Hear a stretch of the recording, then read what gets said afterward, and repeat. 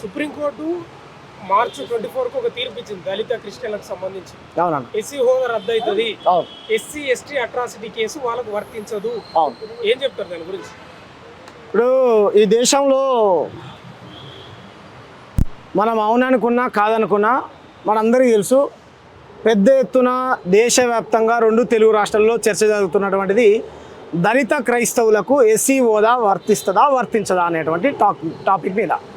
ఇటీవల కాలంలోనే దళిత సంఘాల నాయకుడు, పెద్ద లీడరు, అందరి పెద్దన్నగా పిలువబడుతున్నటువంటి మందకృష్ణ మాదిగ గారు, మాల మహానాడు చెన్నయ్య గారు కూడా, మాలలు మాదిగ నాయకులు కూడా మేము ఈ సుప్రీంకోర్టు తీర్పును వ్యతిరేకిస్తున్నాం, ఖండిస్తున్నాం అనేటువంటి వ్యాఖ్యలు చేశారు.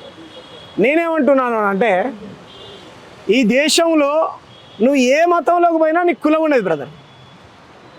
నేనేం చెప్తున్నానంటే, సింపుల్గా మీకు మాట చెప్తాను. వాళ్ళు ఏమంటున్నారంటే, కులం అనేటువంటిది హిందూ, జైన, సిక్కు మత పునాదుల మీద ఆధారపడి ఉన్నటువంటిది కదా. మీరు దళిత క్రైస్తవంలోకి పోతే క్రైస్తవంలో కులం లేదు కాబట్టి మీకు ఎలా ఎస్సీ హోదా వర్తిస్తుంది, అట్రాసిటీ చట్టం మీకు ఎట్లా వర్తిస్తుంది అంటున్నారు. మేమేమంటున్నామంటే, ఇటీవల కాలంలో మనం వందల వేల సంఘటనలు చూసాం. కారంచేడు, చుండూరు మీ అందరికీ తెలుసు. దాంట్లో వాళ్ళ పేర్లు జోసఫ్, యాకోబ్ అని ఉంటుంది. ఇటీవల కాలంలో తెలంగాణలోనే మరియమ్మ అనేటువంటి ఒక ల్యాక్ ఆఫ్ డెత్ జరిగింది. ఆమె పేరేం పేరు? మరియమ్మ. దేవుణ్ణి మాత్రం యేసుప్రభుని నమ్ముకుంది, కానీ కుల వివక్షత గురైంది. మరి యేసుప్రభుని నమ్ముకున్న కుల వివక్షతకి ఎందుకు గురైంది? అక్కడ ఉన్నటువంటి ఫాస్టర్ కమ్మ ఆయన. ఆ మతంలో కూడా కమ్మలు, రెడ్లు, వెలమలు కింద ఉన్నటువంటి కులాలని దళితులుగానే చూస్తున్నారు కదా. బౌద్ధంలో కులం లేదని బాబాసాహెబ్ అంబేద్కర్ 5,000 మందితోని బౌద్ధంలోకి పోతే దాంట్లో కూడా బ్రాహ్మణులు జొరబడ్డారు. తర్వాత దళిత బౌద్ధులకు ఎస్సీ హోదా, బ్రాహ్మణ బౌద్ధులకు బ్రాహ్మణ హోదా కల్పించారు. జైనంలో కూడా కాన్సీరామ్ సార్ మనకు కనపడతాడు. సారీ, మన పంజాబ్లో సిక్కు మతంలో కూడా దళితులు లేకపోతే అప్పర్ క్యాస్ట్ అనేటువంటి ఇది ఉన్నది. అదేవిధంగా మేమేమంటున్నామంటే, దళిత క్రైస్తవులని దళితులుగానే గుర్తించండి. వాళ్ళు ఏ మతంలో ఉన్నా సరే వాళ్ళు కుల వివక్షతను ఎదుర్కొంటూ ఉన్నారు. జగన్మోహన్ రెడ్డి యేసుప్రభుని నమ్మినంత మాత్రాన ఆయన కుల గౌరవం పోవట్లే, ఆయన రెడ్డిగానే గౌరవిస్తున్నారు. ఒక మాదిగ అయినో ఒక మాలైనో దేవుణ్ణి విశ్వసిస్తే ఆయనను మాత్రం నువ్వు ఏమంటారు, నీకు ఎస్సీ హోదా వర్తించదు, నీకు బీసీసీ సర్టిఫికేట్ తీసుకోవాలి, నువ్వు మైనారిటీ సర్టిఫికేట్ తీసుకోవాలని చెప్తా ఉన్నారు. మరి ఇదే హోదాని రాజశేఖర్ రెడ్డి కుటుంబానికి సంబంధించినటువంటి వ్యక్తులు, కమ్మ ఫాస్టర్లు, బ్రాహ్మణ ఫాస్టర్లు వాళ్ళకి ఎందుకు వర్తించదు? వాళ్ళు ఏ మతంలోకి పోయినా వాళ్ళ గౌరవం ఉంటుంది. మీరు చూడండి, రోమన్ క్యాథలిక్ ఉంటుంది, దాంట్లో అంతా అప్పర్ క్యాస్ట్లో ఉంటారు. సిఎస్ఐ చిన్న చిన్న ఇవి ఉంటాయి, బ్యాప్టిస్ట్ అని రకరకాల చర్చలు ఉన్నాయి. దాంట్లో అప్పర్ క్యాస్ట్లు ఉన్నారు, ఈ కింది కులాల వాళ్ళు ఉన్నారు. దాంట్లో కూడా వివక్షత ఉన్నది. ఎక్కడ దాకా ఎందుకు? మీరు పక్కనే ఉన్నటువంటి ఆంధ్రప్రదేశ్కి పోండి, మాలపేట, మాదిగపేట ఉంటుంది. మాదిగలకు సపరేట్ చర్చి, మాలలకు సపరేట్ చర్చి, రెడ్డిలకు సపరేట్ చర్చి. రెడ్డి చర్చిలోకి మాలైననే మాదిగైనా రానియడు. ఇది వివక్షతే కదా బ్రదర్? ఇది వివక్షతనే కదా?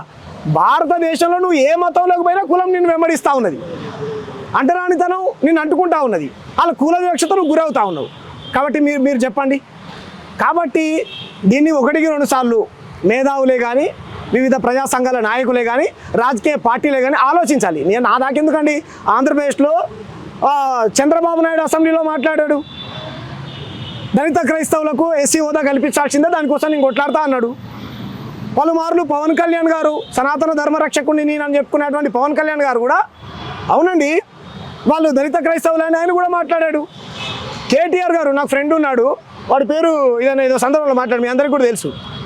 ఇలా అందరికీ తెలిసినప్పటికీ కూడా దళిత క్రైస్తవులకు ఎస్సీ హోదాను ఎందుకు దూరం చేయాలనుకుంటున్నారంటే, వాళ్ళు దళితులు ఈ దేశంలో ఇంకా అణచివేతకు గురవుతూనే ఉండాలి. సింపుల్ నేను చెప్తా బ్రదర్, దళిత క్రైస్తవులు ఎవరు కావాలని పోరు. వందల వేల సంవత్సరాల నుంచి బైబుల్ని ఏ మతంలో రాశారు? హిబ్రూ భాషలో రాశారు. హిబ్రూలో నుంచి వాళ్ళు ఇంగ్లీష్లోకి ట్రాన్స్లేట్ చేసుకున్నారు, ఖురాన్లోకి ట్రాన్స్లేట్ చేసుకున్నారు. భారతదేశంలో ఉన్నటువంటి మన తెలుగు ఉన్నది, తమిళ్ ఉంది, బెంగాలీ ఉన్నది, ఒడిశా ఉన్నది, మాతృభాష వాళ్ళకి ఎవరు ట్రాన్స్ఫర్ చేశారు? మా అయ్యకు మా వాళ్ళకి ఏమైనా చదవచ్చా? మా అమ్మకు క్యాస్ట్ సర్టిఫికేట్ ఎట్లా తీసుకోవాలో రాదు. బైబిల్లో ఏముందో చదివి ఆమె ఎట్లా సువార్తని ప్రచారం చేసి ఉంటుంది? కుల వ్యవస్థలో కింద ఉన్నది, ఆమెకి ఎక్కడికి పోవాలో తెలియదు. మా అవ్వలు, మా తాతలు, మా అయ్యలు అట్లనే పోయిర్రు. కాబట్టి చదువుకున్న తర్వాత మేము ఇవన్నీ క్వశ్చన్ చేస్తూ ఉంటే ఈరోజు మా పునాదులు ఎక్కడ కదులుతాయో అనేటువంటి ఉద్దేశంతో పర్టికులర్గా దళితుల మీద దాడి చేస్తూ ఉన్నారు. మీరు చూడండి, మేము గిరిజనులకు ఇచ్చినటువంటి, ఆదివాసులకు, గిరిజనులకు, ఎస్టీలకు ఇచ్చినటువంటి తీర్పు, గిరిజనులు ఏ మతాన్ని ఆచరించినా సరే వాళ్ళకు గిరిజన యాక్టే వర్తిస్తుంది. మీకు ఒక్కటి సింపుల్గా చెప్తా, మావో ఏం చెప్పాడో, లెనిన్ ఏం చెప్పాడో, మార్క్స్ ఏం చెప్పాడో తెలియదండి. కానీ ఒక ఆశయం కోసం కుటుంబాన్ని సైతం త్యాగం చేసి ప్రాణాలను అర్పించారంటే, పిల్లల్ని, అమ్మని, నాన్నని వదులుకొని ఒక ఆశయం కోసం పనిచేశారనంటే సరే అది సంఘ విద్రోహమే కావచ్చు, దాన్ని మేము ఒప్పుకోం. అరే వాడిని చంపకురా నాయన, వానికి కూడా మనలాంటి తల్లి ఉన్నది, వానికి కూడా మనలాంటి తండ్రి ఉన్నాడు, వానికి కూడా మనలాంటి అక్క చెల్లెళ్ళు ఉన్నారు అని మేము మొత్తుకుంటే మీరు వాళ్ళ తరపున మాట్లాడతారా? మీరు అర్బన్ నక్సలైట్లు అన్నారు. ఎంత దుర్మార్గం అండి! మా అవ్వలని, మా అక్కల్ని దొరలు ఎత్తుకొని పోయి రేపులు చేశారు. వచ్చే రాములమ్మ సినిమా చూశారుగా మీరు? వచ్చే రాములమ్మ పంట బాగానే ఉన్నారు దొరలు, విష్ణు దొరలు మా ఐలమ్మను చిత్రహింసలు పెట్టారు, సబ్బండ కులాలను వేధించారు వీళ్ళు, బట్టలు ఊడదీసి బతుకమ్మలాడిచ్చారు దొరలు. ప్రతి దానికి తురుకొల్లకు లేకపోతే ఆడేవాడో బ్రిటిష్ మతానికి పులిమేటని మీరు చేసినటువంటి దుర్మార్గాలు ఏంటి? ఆధిపత్య కులాలు ఏ కులాలను అణచివేశాయి? మా కులాలను కాదా? దొరతనానికి వ్యతిరేకంగా పుట్టుకొని వచ్చింది. ఇప్పుడు ఎవడు పట్టుకుంటుండు? ఇజ్రాయెల్ టెక్నాలజీ వచ్చింది కదా, ఇజ్రాయెల్ ఇంటెలిజెన్స్ వచ్చింది కదా, ఫోన్ ట్యాపింగ్ చేసేటువంటి ఇది ఉంది కదా నీకు. ఇంకెవడు తుపాకులు పట్టుకుంటున్నాడు? ఇంకెవడు సంఘ విద్రోహ పనులు చేస్తా ఉన్నాడు? మీరు మీ శోభయాత్రలో బహిరంగంగా పెద్ద పెద్ద కత్తులు, గొడ్డలు పట్టుకొని శోభయాత్ర చేసి, అవును, వాళ్ళు దేశభక్తులు, వాళ్ళు కత్తులు పట్టుకోవచ్చు, తుపాకులు పట్టుకోవచ్చు, బాంబులు కూడా పట్టుకోవచ్చు, న్యూక్లియర్ బాంబులు కూడా పట్టుకోవచ్చు. వాళ్ళకి అర్థించవు. ఎవరైతే బీజేపీకి వ్యతిరేకంగా మాట్లాడతారో వాళ్ళు అర్బన్ నక్సలైట్లు. నువ్వేం పట్టుకున్నా సరే, పెన్ను పట్టుకున్న జర్నలిస్ట్ కూడా అర్బన్ నక్సలైటే. అయ్యో చచ్చిపోయిన ఏడుస్తే నేను కేసు పెడతా, విచారణ పేరుతో 6 నెలలు జైల్లో పెడతా, బెయిల్ ఇవ్వకుండా బెయిల్ పిటిషన్, క్యాన్సల్ పిటిషన్లు వేస్తా. ఇది దేశంలో ఇంకేడుంది? మీ పాలనలో ప్రజాస్వామ్యం కూలిపెడుతుంది. జడ్జి దొరికాడండి 150 కోట్లు తీసుకుంటూ, ఆయనది ఇంకే తాడో పేడో తేల్చలేదు ఆయన నుంచి వచ్చిన డబ్బులు అంటే. జడ్జీలు తీర్పులు ఇస్తారు, బయటికి రాగానే బీజేపీలో రాజ్యసభ సభ్యులు, ఎంపీలు, రాష్ట్రానికి గవర్నర్లు అవుతారు. ఇదేందని అడిగితే నువ్వు కోర్టు తీర్పుని ధిక్కరిస్తావా, జడ్జీలను అంటావా అంటారు. నేను జడ్జీలను అనొద్దు, మీరు మాత్రం చెప్పులు ఇచ్చినేయచ్చు సీజేల గవాయి లాంటి వాళ్ళ మీద. ఇది ఎక్కడ అన్యాయం అండి? ఇది ఎక్కడ దుర్మార్గం? ఇదంతా కళ్ళ కదినట్టు కనబడతా ఉంది కదా. మా కట్టుకథలు కాదు, నేను సొంత కవిత్వం చెప్పట్లే. నువ్వు 6 నెలల నుంచి గుజరాత్ నుంచి రాష్ట్ర బహిష్కరణకు గురైనటువంటి నువ్వు దేశద్రోహి. గద్దరన్న కాదు, గద్దరన్న తెలంగాణ జాతిపిత, గద్దరన్న సబ్బండ కులాల గుండె చప్పుడు, పీడిత వర్గాల ప్రజల కుటుంబం ఆయనకు ఉండదలే పక్కన పెట్టు. ప్రజలే తెలంగాణ ప్రజలే గద్దరన్న వారసులు అని వాళ్ళ కుటుంబం ప్రకటించింది, మేధావులు ప్రకటించారు, ఆయనకైనా ప్రకటించుకున్నాడు. ఆస్తుల కోసం బతకొద్దురా, ఆశయం కోసం బతకాలి, వాళ్ళే నా వారసులు అన్నాడు బాబాసాహెబ్ అంబేద్కర్. ఆ వారసత్వాన్ని పునికిపుచ్చుకున్నాడు గద్దరన్న. ఆయన వారసులే మేము. వాళ్ళు ఏ కులంలో పుట్టారు? నీ బ్రాహ్మణులు, మంచి బ్రాహ్మణులు ఉన్నారు, వాళ్ళకి చేతిలో దండం పెడతాం. గురుకులాలను స్థాపించినటువంటి ఎస్ఆర్ శంకరన్ సార్ ఉన్నాడు, ఐఏఎస్. చాప పట్టుకొని పోయాడండి, చాప పట్టుకొని పోయాడు. రంగనాయకం ఉంది, అనేక రుగ్పత్రం, ఆ తల్లి కూడా దండం పెడతాం. చాలామంది బ్రాహ్మణులు మా కోసం పనిచేశారు. మేము ఆధిపత్యాన్ని వ్యతిరేకిస్తాం, ఏ కులానికో ఏ మతానికో కాదు. కాబట్టి బీజేపీ అనేటువంటిది ఈ దేశానికి, రాజ్యాంగానికి చాలా ప్రమాదకరమైనటువంటిది.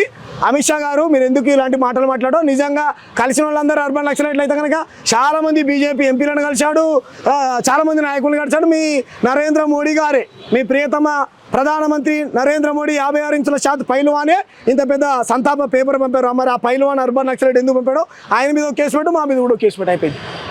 చెల్లు అయిపోయింది కదా. ఆయన అర్బన్ నక్సలైట్ కాదు, మీకు కూడా కాదు. మేము ఓట్లు వేస్తున్నాం పుట్టినప్పటి నుంచి. మీకు ఓట్లు వేసిన వాళ్ళే అర్బన్ నక్సలైట్లు కారా? ఏ పోతే అర్బన్ నక్సలైట్లా చెప్పు ఎట్లనన్నా? అంతే కదా. చివరికి చెప్పండి, పార్లమెంటులో మాట్లాడుతూ నక్సల్స్ రహిత దేశంగా ప్రకటించారు. అవును, ఓకేనా? అయిపోయింది అయితే నక్సల్ అయిపోయింది కదన్నా. సరే, అమిత్ షా గారు గొప్ప వ్యక్తి, చాలా గొప్ప ప్రజాస్వామ్యవాది, ప్రజాస్వామ్యాన్ని పరిరక్షించేటువంటి వ్యక్తి. ఆయన ఏమంటా ఉన్నాడు? నక్సల్ రహిత భారతం అయితే కనుక ఆదివాసులకు స్కూల్ వస్తుంది, కాలేజ్ వస్తుంది, అభివృద్ధిలో భాగస్వామ్యం అవుతారు. ఎన్ని రోజులు అభివృద్ధి కట్టుబడేది నక్సలైట్లే. ఛత్తీస్గఢ్లో అక్కడ దాచుకున్నారు, ఇక్కడ దాచుకుంటారు. సైట్ ఇంకా ఎంతమంది ఉంటే అంతమంది చంపారు నక్సలైట్లు. మేమేమంటున్నాం, ఈ దేశంలో పేదరికాన్ని ఎప్పుడు నిర్మూలిస్తారు? ఈ దేశంలో ఆకలిని ఎప్పుడు నిర్మూలిస్తారు? ఈ దేశంలో కులాన్ని ఎప్పుడు నిర్మూలిస్తారు? ఈ దేశంలో 180% మంది హిందువులే, ఇల్లు లేనటువంటి వాళ్ళు ఉన్నారు. వాళ్ళకి ఇండ్లు ఎప్పుడు ఇస్తారు? ఈ దేశంలో 180% మంది ఆదివాసులే ఎటువంటి ఉద్యోగ అవకాశాలు పొందినటువంటి వాళ్ళు ఉన్నారు. వాళ్ళకి ఎప్పుడు ఇస్తారు? ఈ కుల పంచాయతీలు ఎప్పుడు బంద్ అవుతాయి? ఈ మత పంచాయతీలు ఎప్పుడు బంద్ చేస్తారు? మేము అడుగుతూ ఉన్నాం. అది వాటి మీద చర్చ ఉండదు. మొత్తం ప్రైవేట్ అని కట్టబెట్టాలి. వాడు మాత్రం స్వాతంత్రం వచ్చిన తర్వాత ఎన్ని ప్రైవేట్ స్కూల్స్ ఉన్నాయి, ఇప్పుడు ఎన్ని ప్రైవేట్ స్కూల్స్ ఉన్నాయి? ప్రతిదీ వాళ్ళే రిజర్వేషన్ల మీద ఎడతాడు. వీళ్ళంతా పొద్దున్న లేస్తే జగన్మోహన్ రెడ్డికి ఏ రిజర్వేషన్ ఉందని ముఖ్యమంత్రి అయిండు?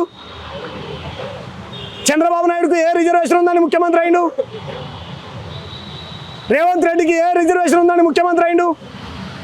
గత కేసీఆర్ ముఖ్యమంత్రి ఏ రిజర్వేషన్ అయింది ముఖ్యమంత్రి అయిండు? ఏ రిజర్వేషన్ ఉందని ప్రధానమంత్రి అవుతారు? ఏ రిజర్వేషన్ ఉందని అంబానీ ఆదాని కోట్ల రూపాయలు సంపాదించుకున్నాడు? ఏ రిజర్వేషన్ ఉందని పరిశ్రమలు మొత్తం అప్పర్ క్యాస్ట్లే ఉన్నాయి? ఏ రిజర్వేషన్ ఉందని ఐటీ కంపెనీలు మొత్తం బ్రాహ్మణ బనియా కులాలే ఉన్నాయి? అమిత్ షా ఒక రాజ్యాంగ వ్యతిరేకి. అమిత్ షా గారు ఏం చెప్పారు? మార్చి 31 కల్లా ఈ దేశంలో నక్సలిజాన్ని అంతం చేస్తామని అన్నారు. సంతోషం. మేమేం చెప్పాం? నక్సలిజాన్ని అంతం చేయడం కాదండి, మీరు చేస్తే నక్సలిజాన్ని అంతం చేసుకోండి, మనుషులను చంపకండి, వాళ్ళ డిమాండ్స్ ఏవైతే ఉన్నాయో వినండి, వాళ్ళతో చర్చలు పెట్టండి. ఈ దేశంలో మీరు నక్సలైట్ల పేరుతోని ఆదివాసుల్ని, గిరిజనుల్ని, అమాయకమైనటువంటి దళితులని పిట్టల్ని కాల్చినట్టు కాల్చి చంపేస్తూ ఉన్నారు. అడవి సంపద మొత్తం అంబానీ, ఆదాని, జిందాల్, వేదాంత లాంటి కంపెనీలకు కట్టబెడతా ఉన్నారు. ఇది కుట్రలో భాగమని మేమందరం వాదిస్తే ఇలా మాట్లాడేటువంటి వాళ్ళందరూ అర్బన్ నక్సలైట్ అన్నారు. నువ్వు నక్సలైట్లందరినీ ఏరివేసిన తర్వాత అర్బన్ నక్సలైట్ ఎక్కడున్నాడు? గద్దర్ అన్న 13 సంవత్సరాల నుంచి ఓటేస్తున్నాడు. బ్యాలెట్ సిస్టంలోకి వచ్చాడు ఆయన, పంతా మార్చుకున్నాడు ఆయన. అమిత్ షా గారి కడుపు బాధ ఏంది? రాహుల్ గాంధీ గారి చేతిలో 2016లో భారత రాజ్యాంగాన్ని పెట్టి ఈ దేశంలో భారత రాజ్యాంగం ప్రమాదంలో ఉన్నది, దీన్ని కాపాడే బాధ్యత నువ్వు తీసుకుంటే కనుక పెద్ద ఎత్తున ప్రజల నుంచి నీకు ఆదరణ వస్తుంది అని చెప్పాడు. ఏ రోజైనా ఈ దేశంలో ఉన్నటువంటి ఆర్ఎస్ఎస్ కానీ, బీజేపీ కానీ ఎప్పుడైనా జాతీయ జెండానే కానీ, రాజ్యాంగాన్ని కానీ మేము గౌరవిస్తాం, రాజ్యాంగాన్ని కాపాడడం కోసం మా పార్టీ పనిచేస్తుంది అని ఏ రోజైనా చెప్పాయా? చెప్పలే. మాకు 230 మెజారిటీ వస్తే ఈ రాజ్యాంగాన్ని మేము మార్చేస్తామన్నాడు కర్ణాటక ఎంపీ అనంత్ హెగ్డే. వాళ్ళ ఎంపీ మాట్లాడాడు. వాళ్ళు రాసుకున్నటువంటి పుస్తకాలు ఏవైతే ఉన్నాయో, గోల్వాల్కర్ రాసుకున్నాడు బంచ్ ఆఫ్ థాట్స్ అనే పుస్తకంలో, ఈ రాజ్యాంగం బ్రిటిష్ రాజ్యాంగం, ఈ రాజ్యాంగం హిందూ వ్యతిరేక రాజ్యాంగం కాబట్టి ఇది దళితులకు, గిరిజనులకు, బీసీలకు, బలహీన వర్గాలకు, సబ్బండ కులాలకు అనుకూలంగా ఉన్నటువంటి రాజ్యాంగం కాబట్టి మేము దీన్ని మార్చేస్తాం, దీన్ని బతికించాలనుకునేటువంటి వాళ్ళు కొన్ని శక్తులు ఉన్నాయి, ఆ పార్టీలని, ఆ ఐడియాలజీని కూడా లేకుండా చేస్తామని వాళ్ళు స్పష్టంగా రాశారు. మేము ఎందుకు ఇంత ఆవేదన చెందుతున్నామంటే రాజ్యాంగ ఫలాలు మీరు రిజర్వేషన్ అనుభవించి 78 ఏళ్ళు అయింది, అంబేద్కర్ 10 ఏళ్ళే కదా, 11 ఏళ్ళు. ఎవరైనా ఆయన మాకు చదువు రాబట్టే 20 ఏళ్ళు అయింది రా స్వామి. మా అయ్యలకు మా వాళ్ళకు తెలియదు సైమన్ కమిషన్ ఎందుకు వచ్చిందో తెలియదు, రిజర్వేషన్లు ఉన్నాయని తెలియదు, మాకు రాజ్యాంగంలో ఎటువంటి హక్కులు ఉన్నాయో తెలియదు, ఆర్టికల్స్ ఎక్కడ ఏమున్నాయో తెలియదు. మా తరం వాళ్ళకే తెలుసు కదా, ఇప్పుడే మేము ఫలాలు పొందేది. కాబట్టి వీటన్నిటికీ ఏమంటారు వ్యతిరేకంగా పనిచేసినటువంటి వ్యక్తి అమిత్ షా. నిజంగా నీకు గద్దరన్న రాహుల్ గాంధీ గారిని ముద్దు పెట్టుకున్నందుకే కోపం ఉంటే, రేవంత్ రెడ్డి గారిని కలిసినందుకే కనుక నీకు కోపం ఉంటే, ఇదే మీ నరేంద్ర మోడీ గారు ఆయన చనిపోతే సంతాప లేఖ పంపాడు. మరి ఈ దేశంలో అతిపెద్ద అర్బన్ నక్సలైట్ ఎవరు? నరేంద్ర మోడీ గారా? ఇక్కడ ఉన్నటువంటి దత్తాత్రేయ గారు 30 ఏళ్ల నుంచి ఒక సొంత అన్నల దమ్ముల్లాగా సాహసం చేస్తాడు. ఆయన ఏ పార్టీలో ఉన్నా, ప్రపంచంలో ఎవరెక్కడున్నా, భారతదేశంలో ఎవరే పార్టీలు ఉన్నా గద్దర్ అన్నని పార్టీలకు అతీతంగా ప్రేమిస్తారు. బికాస్ ఆఫ్ గద్దర్ అన్న ఒక ఫిలాసఫర్, బికాస్ ఆఫ్ గద్దర్ అన్న ఒక సామాజిక విప్లవకారుడు. అన్ని కులాల రుగ్మతల గురించి ఓ పెద్ద ఎత్తున ఏమంటారు ఒక పోరాటము, ఒక పాట పాడి ఆడి ప్రజల్ని చైతన్యం చేసినటువంటి వ్యక్తి. ఈరోజు మేము ఇలా మాట్లాడుతున్నాం ఇంత ధైర్యంగా, మమ్మల్ని ఎవడో చంపుతాడనో పొడుస్తాడో అనేటువంటి ఎటువంటి భయాందోళనకు గురి కాకుండా మాట్లాడుతున్నాం అంటే మా అందరిలో నింపిన పోరాటం కదా గద్దరన్న. నిజంగా గద్దరన్నకు రాజకీయ ప్రయోజనాలే కావాలనుకుంటే, ఇంకోటి ఏదో కావాలనుకుంటే ఎన్ని అవకాశాలు రాలేదు ఆయనకు? ప్రధానమంత్రిని ముఖ్యమంత్రులకు సవాల్ విసిరాడు. అరే 6 తూటాలు గుండ్లో దిగినా ఎత్తిన జెండా నిడవకుండా నమ్మిన సిద్ధాంతం కోసం బతికాడు. పాట పాడారు ప్రజల కోసం. మీ కెమెరాల మీ ఛానల్ వేదిక నేను అడుగుతా ఉన్నాను, ఎక్కడన్నా గద్దరన్న ఒక తుపాకీ పట్టుకున్నటువంటి ఫోటో ఎక్కడన్నా చూసారా మీరు? చిన్న ఫోటో, చాలామంది నచ్చినట్లు మన ఫోటోలలో కనిపిస్తూ ఉంటారు, పేపర్లలో కనిపిస్తూ ఉంటారు. ఎక్కడన్నా గద్దరన్న ఒక తుపాకీ పట్టుకున్నటువంటి ఫోటో చూపించండి. తుపాకీ పట్టుకోలే కానీ తుపాకీ పట్టించేటట్లు మాట్లాడిండు అనేది అమిత్ షా చెప్తా. పట్టించేటట్టు మాట్లాడిండు ఎవరు? గద్దరన్న గారు. మరి పట్టి చంపినటువంటి గాడ్సే నీ పార్టీలో ఉన్నాడు కదా, ఆ గాడ్సే సిద్ధాంతాలను ఆచరించేది నీ ఆర్ఎస్ఎస్ కదా, దాన్ని కదా నువ్వు నిర్మూలించాల్సింది. పేద ప్రజల విముక్తి కోసం పాటలు పాడి ఆటలాడి తెలంగాణ రావడానికి కీలకమైనటువంటి పాత్ర వహించి పొడుస్తున్న పొద్దు మీద నడుస్తున్న కాలమా అనేటువంటి పాటని ఆ వయసులో కూడా పాడి ఆడి అందరినీ చైతన్యం చేసి సకల జనులను ఒక వేదిక మీదకి తెచ్చి సబ్బండ కులాలతోని జై తెలంగాణ అనిపించి రాజకీయాలకు అతీతంగా ఈ నేల కోసం పనిచేసినోడు కదా గద్దరన్న. దొరగడి దగ్గర కాపలా కాస్తే దొరా నీ రాజ్యం ఏ రోజైనా కూలుతుంది అంటే గద్దరన్న చెప్పిన మాటే సత్యమైంది కదా. గడిలో వండుకున్నటువంటి దొర గద్దరన్న చనిపోయిన తర్వాత ఇంటికి పోవాల్సినటువంటి పరిస్థితి వచ్చింది కదా. కాబట్టి గద్దరన్న ఎవరిని పట్టుకోమని ఎప్పుడు చెప్పాలి. మరి మేమేం పట్టుకోలేదే, మేము ఎవరు పట్టుకోలేదు కదా బ్రదర్. చాలామంది ఉన్నారు అలా పట్టుకున్నటువంటి వాళ్ళు ఉన్నారు కదా. గాడ్సేన్ మహాత్మా గాంధీని చంపిన వ్యక్తి ఎవరు? ఆయన లైవ్లో పట్టుకున్నాడు కదా. మీ ఆర్ఎస్ఎస్ దగ్గర తుపాకులు ఉన్నాయి, అనేక రకాల ఆరోపణలు వచ్చినాయి. మేము కూడా తుపాకీ పట్టుకునేటువంటి దానికి మేము వ్యతిరేకం. మేమేమంటున్నాం, ఈ దేశంలో గిరిజనులకు, ఆదివాసులకు, దళితులకు హక్కులని మీరు కాలు రాయాలని అనుకుంటా ఉన్నారు అనేటువంటి విషయం చెప్తా ఉన్నాం. మీరు దాని గురించి మాట్లాడండి. రాహుల్ గాంధీ అర్బన్ నక్సలైటే, గద్దరన్న urban నక్సలైటే, Revanth Reddy urban నక్సలైటే, Aam Aadmi party urban నక్సలైటే. KCR చెప్పాడు ఓ భారీ బహిరంగ సభలో, మనకు మెజారిటీ ఉంది కదా అని చెప్పేసి ఎవరిని పడితే వాళ్ళని కాల్చుకుంటూ పోతే అది ప్రజాస్వామ్యం అని పడుతుంది అంటే కేసీఆర్ అర్బన్ నక్సలైటే.